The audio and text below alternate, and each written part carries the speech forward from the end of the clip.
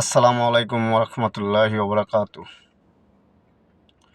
সকল প্রশংসা আল্লাহ তাআলার জন্য, যিনি আমাদেরকে সৃষ্টি করেছেন সর্বশ্রেষ্ঠ মাখলুক হিসেবে এবং দান করেছেন অসংখ্য অগণিত নিয়ামত।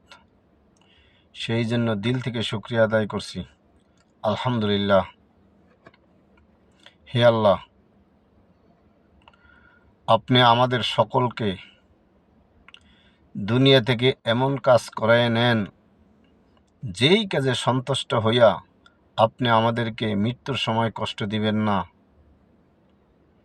আপনি আমাদেরকে কবরে কষ্ট দিবেন না, বিজলির ন্যায় পুলসিরাত পার করে দিবেন, কাল কিয়ামতের দিন ডান হাতে আমলনামা দিবেন, বিনা হিসাবে জান্নাত দান করবেন। হে গফুরুর রহিম,